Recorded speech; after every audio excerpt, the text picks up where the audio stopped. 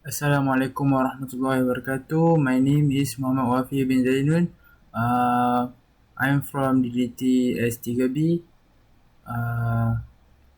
My entry number is 01 DDT19F 1136.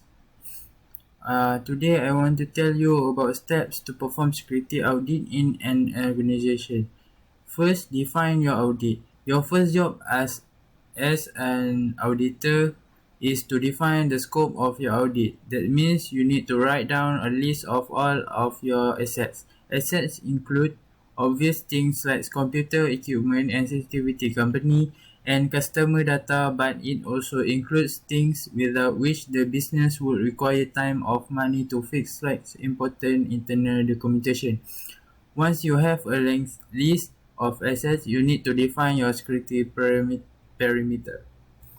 The second, define your threats. Next, take your list of available assets and write down a corresponding list of potential threats to those assets.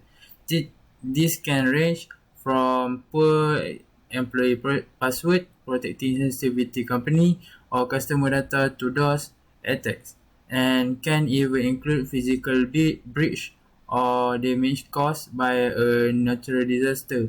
Essentially, any potential threat should be considered as long as the threat can legitimately cause your business a significant amount of money.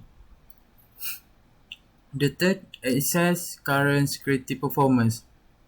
Now that you have your list of threats, you need to be candid about your company's ability to defend against them. At this point, you are evaluating the performance of the existing security structure, which means you are essentially evaluating the performance of yourself, your team, or your department. This is one area where an additional audit can provide additional value because it makes sure that no internal bias affecting that outcome of the audit. For the fourth, prioritize risk scoring. This may be the most important job you have as an auditor.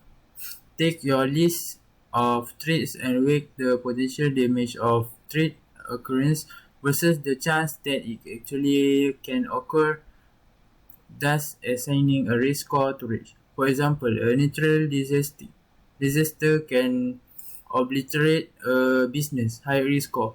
But if your assets exist in a place that has never been hit with a natural catastrophe, the risk score should be lowered accordingly. And the last one, formulate security solution. The final step of your internal security audit is straightforward. Take your prioritize list of threats and write down a corresponding list of security improvements or best practice to negate or eliminate them. This list is now your personal to-do list for the coming weeks and months. That's all from me. Thank you.